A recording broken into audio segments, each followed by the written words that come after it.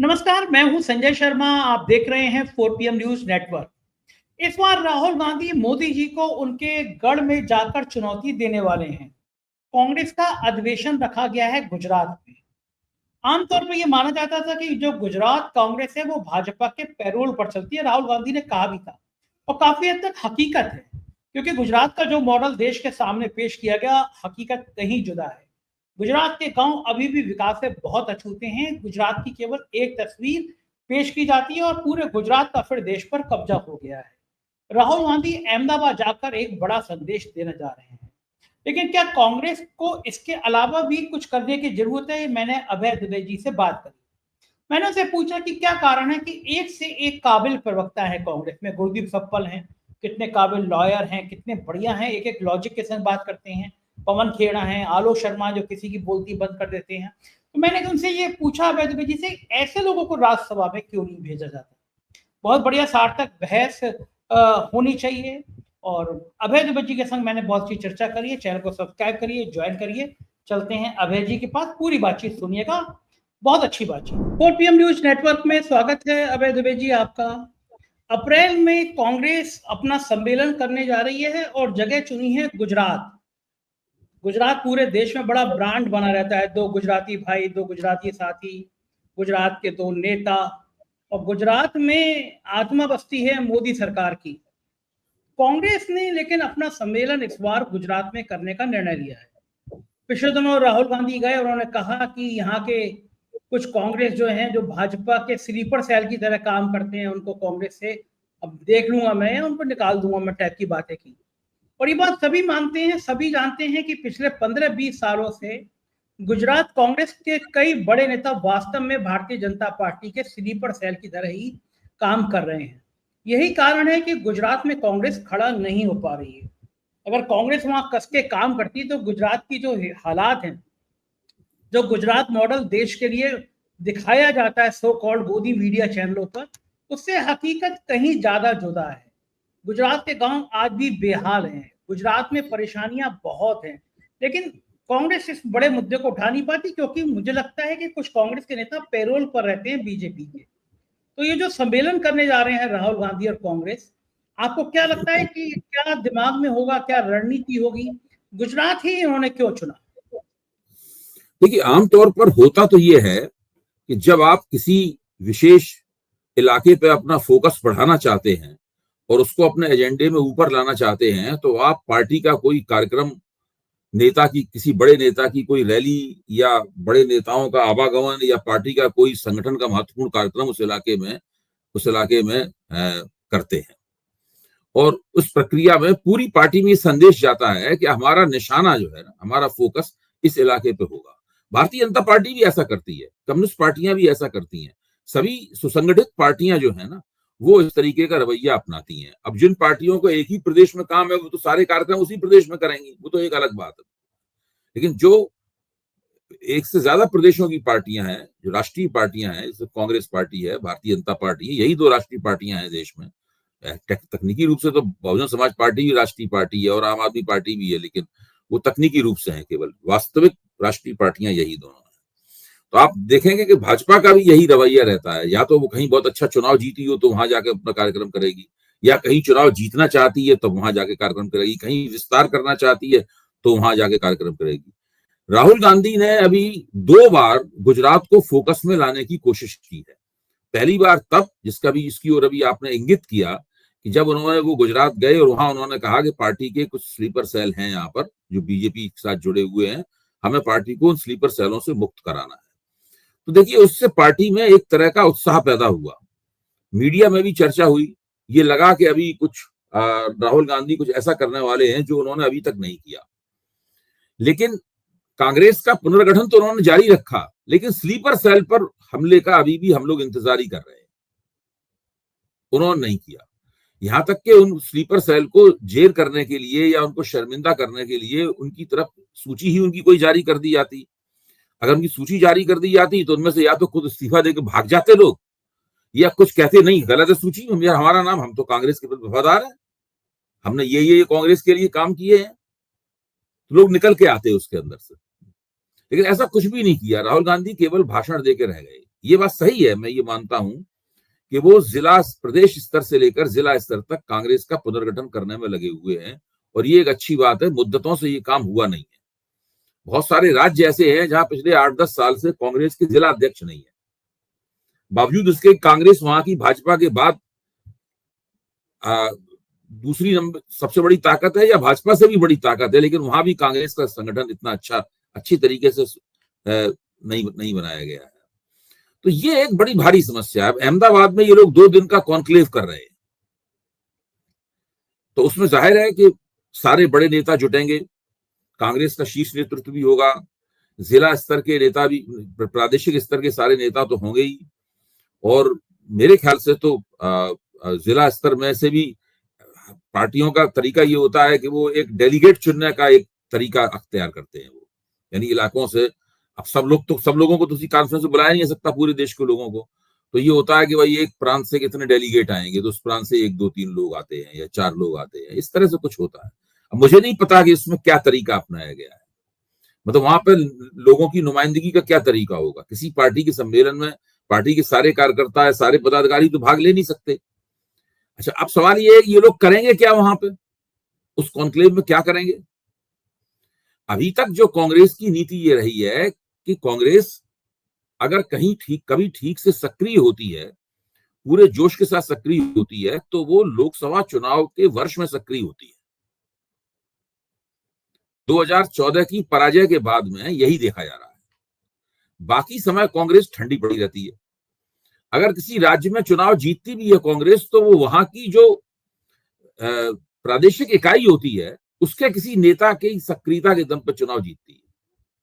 जैसे मान लीजिए कर्नाटक में जब चुनाव जीती थी, तो वहां के नेता सब धुआंधार टूट पड़े थे, उसमें DK शिव कुमार, सिद्धरमैया, इन सब लोगों ने जम के चुनाव खड़ा किया अपने पैरों पर, और 40% सरकार का आरोप लगाया, प्रचार किया, पहले से तैयारी करके एंटी इनकम्बेंसी तैयार की और भारतीय जनता पार्टी को हरा दिया। ये होता है। जिन इलाकों में प्रादेशिक नेतृत्व कमजोर होता है या गलतफहमी में होता है, वहां कांग्रेस चुनाव जीतने की संभावनाओं के बावजूद हार जाती है। जैसे हरियाणा में हुआ, हरियाणा में जीता जाता चुनाव आप हार गए। महाराष्ट्र में वहां के प्रादेशिक नेतृत्व ने इतने सुस्त तरीके से, अनमने तरीके से चुनाव लड़ा कि वहां भी चुनाव आप जीतने की स्थिति में थे। आप हारे ही नहीं, बल्कि बहुत बुरी तरह हारे।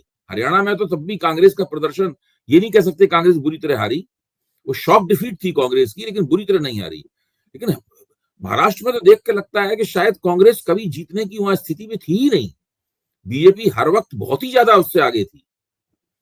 अच्छा, अब पिछले चुनाव का जो उदाहरण है वो हमें बताता है कि राहुल गांधी ने लोकसभा चुनाव नजदीक आते देखकर एक पदयात्रा का आयोजन किया, जिसको हम भारत जोड़ो यात्रा के नाम से जानते हैं। उसका दूसरा चरण भी हुआ, जिसमें इतनी बड़ी बात नहीं हुई, लेकिन भारत जोड़ो यात्रा तो एक बड़ी बात थी। उससे राहुल गांधी को बहुत फायदा हुआ, कांग्रेस को बहुत फायदा हुआ, और अच्छे इन्होंने गठजोड़ बनाए विभिन्न प्रांतों में, और कांग्रेस ने अपनी सीटें दोगुनी कर ली। मैं समझता हूं कि कांग्रेस का जो संगठन है सारे देश में, उसमें ये एक अच्छा प्रदर्शन था। अगर भारतीय जनता पार्टी ने कुछ गड़बड़ियां न की होती और चुनाव आयोग के साथ मिलकर कुछ जालसाजियां नहीं की होती इस पार्टी ने, तो हो सकता है कांग्रेस की 20-25 सीटें ज्यादा होती, कांग्रेस 125 सीटों तक पहुंच जाती, और दूसरी क्षेत्रीय शक्तियां भी कुछ ज्यादा जीतती और भाजपा को सत्ता में आने में दिक्कत होती। मैं ये मानता हूं कि भाजपा सत्ता में आने से सत्ता से वंचित होने में एक कदम दूर ही रह गई थी इस चुनाव में। ये स्थिति थी भारतीय जनता पार्टी की। अब जो लोकसभा चुनाव का वर्ष है वो तो बहुत दूर है, वो तो 2029 में होगा लोकसभा चुनाव। तो कांग्रेस ने वो क्षमता खो दी है कि वो 1-2 लोकसभा चुनावों के बीच में कैसे काम करे। भाई असली 5 साल की अवधि होती है। 5 साल की अवधि में आप पार्टी में कैसे उत्साह कायम रखेंगे, आप पंचायत के चुनावों से लेकर विधानसभा के चुनावों तक कैसे चुनावों को जम के लड़ेंगे। भाजपा इस काम को करती है। भाजपा में कभी भी ये नहीं होता कि भाई एक चुनाव हार गए तो हम घर पे बैठ जाएं हाथ रख के, या एक चुनाव जीत गए तो हम खुशी में इतने मस्त हो जाएं कि अब हम और कुछ करें ही ना। मतलब तो भाजपा इसमें लगी रहती है। कांग्रेस ने ये क्षमता खो दी है। किसी जमाने में कांग्रेस में भी ये क्षमता होती नहीं। देखा जाए तो कांग्रेस से ही सीखा है सारी पार्टियों ने। कांग्रेस सारी पार्टियों के लिए एक पाठशाला रही है। ज्यादातर पार्टियां कांग्रेस से निकली हैं, कांग्रेस से जुड़ी रही हैं।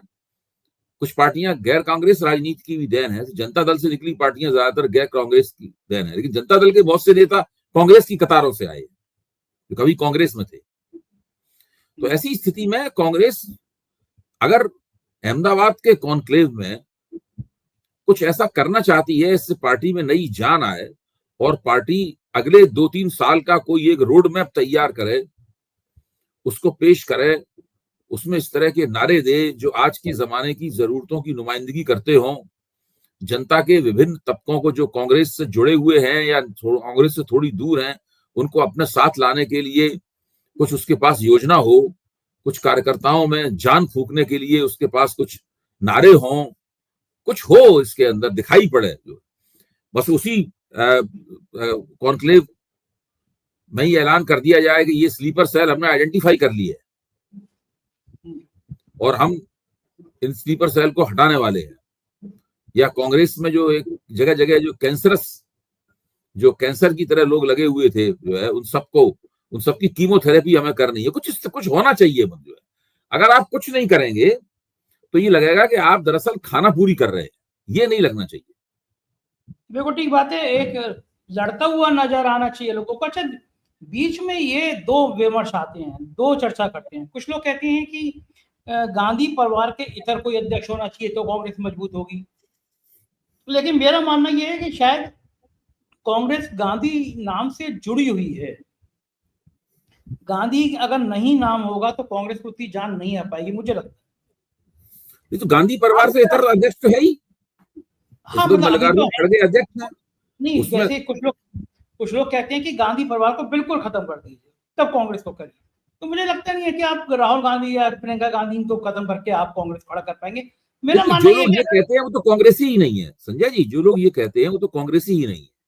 इसका मतलब ये है उन्हें कांग्रेस की जो अस्तित्वगत स्थिति है उसका पता ही नहीं है, या वो जानबूझ के बदमाशी कर रहे हैं। जानबूझ के कर रहे हैं, जानबूझ के कह रहे हैं बात। देखिए, कोई पार्टी किसी एक परिवार के ऊपर निर्भर हो, ये अच्छी बात नहीं है। ये सब लोग जानते हैं। वो जब परिवार जब हिलता है, गड़बड़ होता है, या उसमें कोई, तो जैसे आप आजकल जनता दल यूनाइटेड बिहार में समस्याओं से गुजर रहा है क्योंकि नीतीश कुमार स्वास्थ्य की दृष्टि से, राजनीति की दृष्टि से ढलान पे हैं। तो अब वहां पे बड़ा संकट है इस बात को लेकर क्या हो, उनके लड़के को लाया जा रहा है, लेकिन बात कुछ बन नहीं रही है। अब कांग्रेस के अंदर तो एक स्थिति ये बन गई है धीरे धीरे कि वो गांधी परिवार पर निर्भर हो गई है पार्टी। ये बात अच्छी नहीं है, लेकिन इसके बावजूद कांग्रेस की के अस्तित्व का सवाल है और कांग्रेस का अस्तित्व गांधी परिवार से अभिन्न रूप से जुड़ा हुआ है। देखिए, मैं ये बता दूं, ये चीज कार्यकर्ताओं के लिए मायने रखती है, वोटरों के लिए मायने नहीं रखती। इन दो बातों में फर्क करना होगा।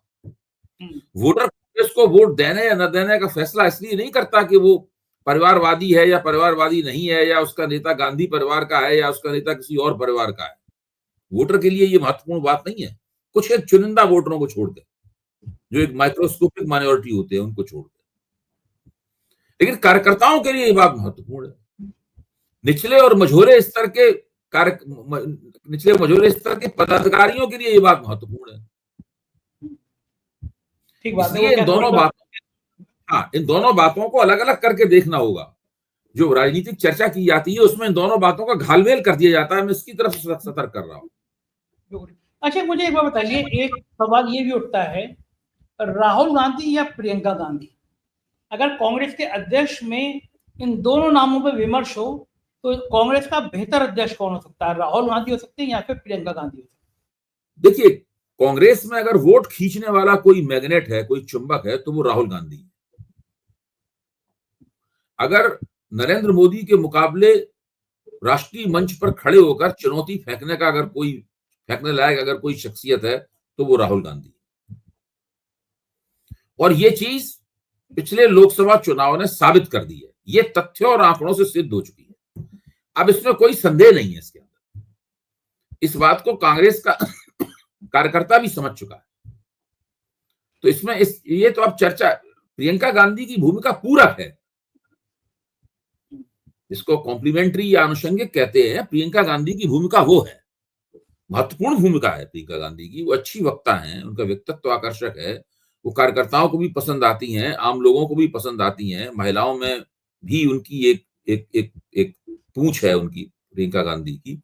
ये सारी बातें हैं, लेकिन ऐसा मानना कि प्रियंका गांधी की वजह से कांग्रेस में कोई एक इतना बड़ा वैल्यू एडिशन होता है जितना राहुल गांधी से भी बड़ा वैल्यू एडिशन होता है।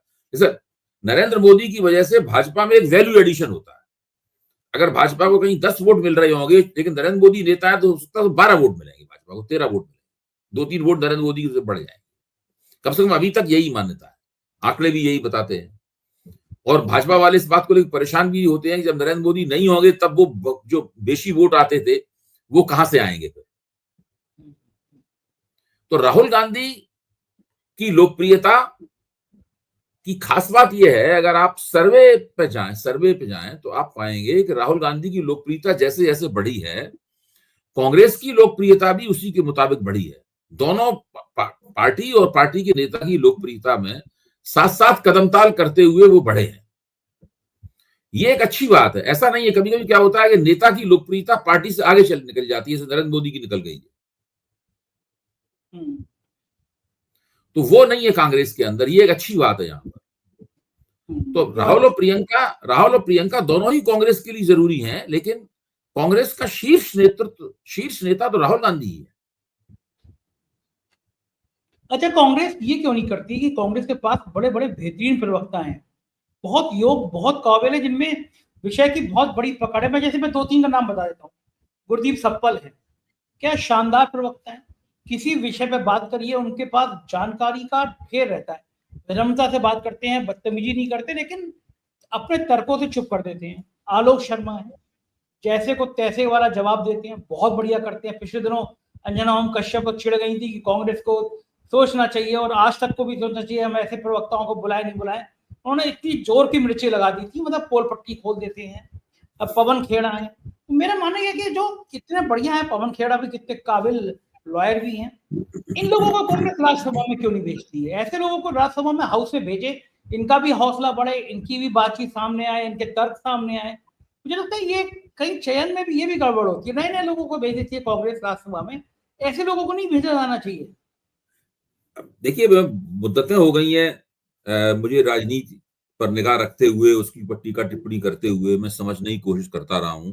मैं भी अभी तक ऐसा कोई सिक्का बंद फार्मूला नहीं खोज पाया हूं जिसको लगा के मैं पता लगा सकूं कि कौन सी पार्टी राज्यसभा में लोगों को क्यों भेजती है। अब आम आदमी पार्टी ने राज्यसभा में लोगों को भेजा, हमें आज तक समझ में नहीं आया कि भाई इनको जिनको भेजा उनको क्यों भेजा। केवल उसमें एक संजय सिंह है, उनकी तो समझ में आता है भाई इनको भेजा इसलिए, वो जो बिल्कुल साफ लगता है कि भाई ये उपयोगी है पार्टी के लिए और एक तरह से पार्टी के शीर्ष नेतृत्व के हिस्से बन गए हैं वो हैं, तो वो तो बात समझ में आती है। बाकी किसको क्यों भेजा ये मेरी आज तक समझ में नहीं आई। कांग्रेस कैसे राज्यसभा के लिए लोगों को चुनती है मैं नहीं समझ पाया। यहां तक कि बीजेपी में भी मैं नहीं समझ पाता हूं कि बीजेपी में भी कोई ऐसा फार्मूला है। इसमें असल में राज्यसभा में भेजे जाने में बहुत सारी तिकड़में होती हैं, पैसे का बहुत जबरदस्त खेल है इसके अंदर। अब जैसे कि आपको याद होगा कि वीरेंद्र सिंह जी जो हरियाणा के हैं, बड़े नेता हैं हरियाणा के, केंद्रीय मंत्री भी रह चुके हैं, मोदी सरकार में भी केंद्रीय मंत्री रह चुके हैं। एक बार उन्होंने कहा था कि 100 करोड़ रुपया तो कम से कम चाहिए ही राज्यसभा का सदस्य बनने के लिए। 100 करोड़ रुपया कम होता है बताइए? ये सब ब्लैक मनी होती है। जब आप इतना बड़ा पैसे का खेल होगा राज्यसभा सदस्य बनने के लिए, तब फिर क्या कहा जाए इसमें? कुछ किसको क्यों भेजा जाता है, क्या किया जाता है, इसके पीछे के रहस्य क्या है, कौन खोला है इसके रहस्य को? अच्छा, हम लोगों को पता भी हो, हम लोगों अब आप लखनऊ के एक बिल्डर का जिक्र करते रहते हैं, वही कहने जा रहा था कि आप सोचिए समाजवादी पार्टी जब वो राज्यसभा के सदस्य बन रहे थे तो उस चक्कर बहसों में मैं भी शामिल था और मेरी उस वक्त समझ में नहीं आ रहा था कि मैं क्या कहूँ क्या ना करूँ। वो समाजवादी पार्टी से जुड़े रहे, अब वो उनको बीजेपी से हो गए सांसद। ऐसी वैसी कहानी नहीं, एक समाजवादी पार्टी में नेताजी के लिए इटावा में घर बना के दिया आलिशान, वो भी बताया जाता है कि संजय सेठ ने बनाया। फिर उत्तर प्रदेश में गोमती नगर में अखिलेश यादव चाहते थे कि जयप्रकाश नारायण नाम की जी के नाम से एक बहुत बड़ा सेंटर बनाया जाए और इतना शानदार सेंटर बना, 700-800 करोड़ का ठेका था। तो नेताजी के संजय सेठ बड़े प्रिय थे, अखिलेश जी नहीं चाहते थे, लेकिन नेताजी के कहने पे इनकी कंपनी शालीमार को काम दे दिया गया 800-900 करोड़ का। आप समझ सकते हो जब इतना बड़ा ठेका है। वो बन गई पूरी बिल्डिंग, केवल फिनिशिंग रहनी थी, सरकार बदल गई। सरकार बदल गई तो बीजेपी ने आते ही आते योगी जी ने कहा कि इसमें तो बड़ा भ्रष्टाचार हुआ है, 900 करोड़ में 30-40% का तो भ्रष्टाचार है, इसकी जांच गठित कर दी जाती है। लिफ्ट नहीं लगी थी, 11-12 फ्लोर थे। मुझे अभी तक याद है अखबार में रोज फोटो छपती थी, जो विकास मंत्री थे, आवास विकास मंत्री या विकास मंत्री, उनके 2 ड्राइवर कुदाल लेते थे और वो पूरे फ्लोर पे चलते थे, ऊपर जाके खुदाई करते थे। देखो ये कितना बुरी ईंटें हैं, कितना बड़ा गारा है। जांच शुरू हो गई। अब जांच शुरू हो गई, संजय सेठ को लगा हम तो फंस जाएंगे, और लखनऊ में न जाने कितनी सरकारी संपत्ति पे संजय सेठ का कब्जे का आरोप है। पूरी बड़ी बिल्डिंग में 2-2 फ्लोर गलत बनाती, तो भाई साहब ने तुरंत छलांग लगाई। और छलांग कैसे लगती है आपने बता ही दिया कि 100-200 करोड़ का खेल होता है। चर्चा यही थी, भाई साहब ने भी बहुत चढ़ावा चढ़ाया और तुरंत समाजवादी पार्टी से भारतीय जनता पार्टी में आ गए। और जो पूरी बिल्डिंग 1000 करोड़ की बनी खड़ी थी, वो खंडहर में बदलती चली गई अवैध विधि। अब क्या हुआ, एक दिन मैं और मेरा बड़े काबिल वकील है हैदर, तो हम लोग जा रहे थे। मैंने हैदर से कहा कि देखो जनता के पैसे की कितनी बर्बादी होती है। जिसने बनाई, जिसने भ्रष्टाचार किया, वो तो चला गया बीजेपी में और उसके दाग धुल गए। ये जनता के पैसे का 1000 करोड़ जो है वो पानी में चला गया। तो हैदर ने कहा मुझसे कि कुछ करती, और मैंने अभय जी उस पर जनहित याचिका दायर कर दी। जो अमित शाह कहते हैं ना कि पत्रकार को एक्टिविस्ट नहीं होना चाहिए, मुझे लगता है कि पत्रकार को एक्टिविस्ट होना चाहिए। तो मैंने अपनी एक्टिविस्ट की भूमिका में PIL कर दी, निरे वकील खड़े किए, लेकिन हाई कोर्ट के चीफ जस्टिस की बेंच थी, सरकार को नोटिस जारी कर दी। अब सरकार ने JPNIC को बनाने के लिए कुछ बजट जारी किया है कि भैया हो जाए, मेरी भी महीने की डेट लगी है। तो आप सही कह रहे हो, राज्यसभा में ऐसे ऐसे धन पशु, ऐसे ऐसे भू माफिया ये आते हैं, राज्यसभा पहुंच जाते हैं। लेकिन मेरा सवाल वही है कि कांग्रेस को तो सोचना चाहिए ना कि जो इस तरह का बढ़िया वक्ता है, जो अपने तर्कों से मोदी जी के मंत्रियों को परास्त कर दे, ऐसे बढ़िया प्रवक्ता दिखने चाहिए हाउस में। तो कम से कम क्या लगता है कि गांधी परिवार को ये पहल करना चाहिए। आप भाई सिद्धांतता मैं आपसे सहमत हूं, लेकिन हम लोग राजनीति जो है वो किताब में छपे हुए सिद्धांतों के आधार पर नहीं होती है। हम लोग वहां से जानकारी प्राप्त करते हैं, उन सिद्धांतों की कसौटी पे हम पार्टियों के नेताओं के आचरण को कसते हैं, लेकिन वो ज्यादातर हम लोगों के प्रयास जो हैं वो सही नतीजे नहीं देते। सिद्धांतता मैं आपसे सहमत हूं, लेकिन इसमें राजनीति के जो व्यवहारिक पक्ष होते हैं, जिनके बारे में दरअसल हम लोगों को कम पता है, जब घटना घटित हो जाती है तब हम कहते हैं ये व्यवहारिक दृष्टिकोण के मुताबिक हुआ। अब भाई कल ही देखिए, जनता दल यूनाइटेड के एक प्रवक्ता से पूछा गया वक्फ बोर्ड के ऊपर कि भाई आप ये पलट क्यों गए, आपने मुसलमानों का पक्ष छोड़ के आप तो कहते थे कि मुसलमानों के हितों का हम बहुत ख्याल रखेंगे उधर। तो उसने जानते क्या जवाब दिया कि दुनिया में एक ही चीज हमेशा होती रहती है, वो है परिवर्तन। Only one thing is constant, that is change. ये बोल दिया मुस्कुराते हुए। सोचिए आप, परिवर्तन की खबरें तो अमेरिका से भी आ रही हैं। कुछ मीडिया रिपोर्ट्स में हवाला दिया जा रहा है कि ट्रंप एलन मस्क को हटाने की बातचीत शुरू करना चाह रहे हैं, और शायद एलन मस्क हटा दिए जाएं, क्योंकि वहां के टेस्ला के शोरूम के बाहर प्रदर्शन हो गए हैं दुनिया भर में। टेस्ला के शोरूम के बाहर तोड़फोड़ हो रही है, लोग नाराज हैं एलन मस्क के रवैये से। तो वहां पे दिल का टुकड़ा जो है ट्रंप एलन मस्क, उसकी भी किनारे किया जा सकता है। तो वहां भी परिवर्तन हो सकता है। देखिए परिवर्तन तो सब जगह हो सकता है, और ट्रंप भी, एलन मस्क को ट्रंप में अगर विवाद होगा तो एलन मस्क ट्रंप को नहीं हटा पाएंगे, ट्रंप ही हटाएंगे एलन मस्क को, वो तो सही बात है। लेकिन अभी तक वहां ऐसी स्थिति नहीं आई है कि ट्रंप एलन मस्क को हटाएं। किसी प्रदर्शन वगैरह से एलन मस्क इस तरह के बहुत से काम करते हैं जिसमें अलोकप्रियता के खतरे हैं। खुद डोनाल्ड ट्रंप ऐसे बहुत से काम करते हैं जिनमें अलोकप्रियता के खतरे हैं। तो ये लोग ये जानते हैं कि राजनीति में ऐसे काम करने पड़ते हैं जिसमें अलोकप्रियता होती है, उसमें धरना प्रदर्शन भी होता है, गाली गलौज भी होता है, मीडिया में खिंचाई भी होती है। तो उसके आधार पर वो अपनी राजनीतिक साथी, राजनीतिक मित्र या उसको नहीं बदलते। एलन मस्क को ट्रंप ने एक बहुत बड़ा काम दे रखा है, और वो बड़ा काम है एफिशिएंसी वाला, कि सरकार, ये वो दरअसल नाम उसका एफिशिएंसी है, डॉज जिसको बोलते हैं, नाम उसका एफिशिएंसी है, लेकिन मकसद उसका ये है कि एलन मस्क को $2 ट्रिलियन बचा के, $2 खरब बचा के देने हैं ट्रंप को। और एलन मस्क लगातार उस क्षेत्र में, उस काम में प्रगति कर रहे हैं। छटाई करने में, सरकार की ब्यूरोक्रेसी को हल्का करने में, जो भारी हो गई है ब्यूरोक्रेसी, लगातार लगे हुए हैं, किस योजना में पैसा जाना चाहिए, किस में नहीं जाना चाहिए। अब यूएस एड का एलन मस्क ने बिल्कुल भूसा ही निकाल दिया है अपने इन कामों से। तो एलन मस्क ये जो काम कर रहे हैं, ये ट्रंप के लिए बहुत जरूरी है। अगर एलन मस्क इसमें सफलता नहीं हासिल कर पाते, तो हो सकता है ट्रंप सोचने लगते हैं कि ये हमारे ऊपर अब बोझ बन गए हैं, इनसे छुटकारा पा लेना चाहिए। आप कह रहे हैं ट्रंप ने एलन मस्क को काम दे दिया। ट्रंप ने तो पूरी दुनिया को काम दे दिया है, पूरी दुनिया में टैक्स लगा दिए हैं। दुनिया का हर देश ट्रंप के काम से परेशान है। चाचा, ट्रंप ऐसे ही काम देते रहेंगे, भारत की ऐसी बैंड बजाते रहेंगे? भाई देखिए, अमेरिका बहुत बहुत कितनी भी आप अमेरिका की निंदा कर रहे हैं, कुछ भी कर रहे हैं, लेकिन दुनिया का सबसे शक्तिशाली देश आज भी अमेरिका है।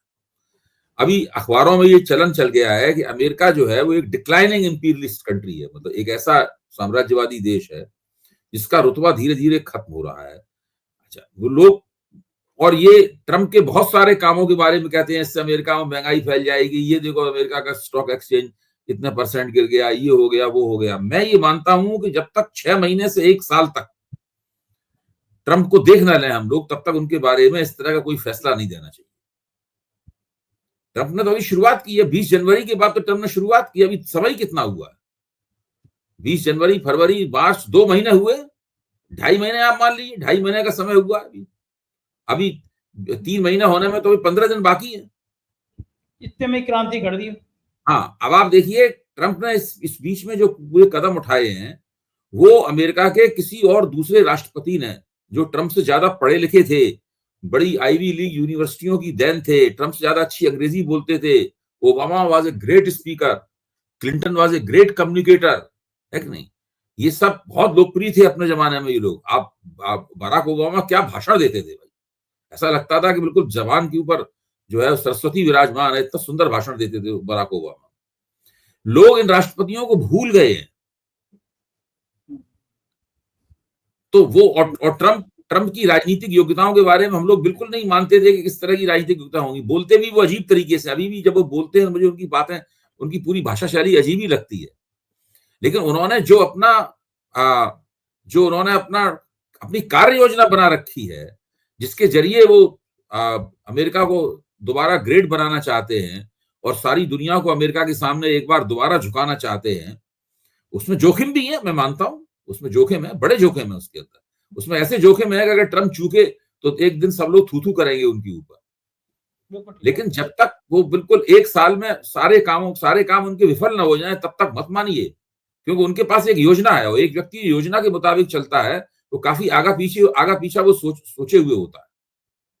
बिल्कुल ठीक बात है, हम देखते रहेंगे। बहुत बहुत शुक्रिया अभय जी, आपने इतना समय दिया, थैंक यू। ये थे अभय दुबे जी और मुझको यकीन है ये परिचर्चा आपको पसंद आई होगी। आपके प्यार भरे कमेंट का मुझे इंतजार रहेगा। शुक्रिया, थैंक यू।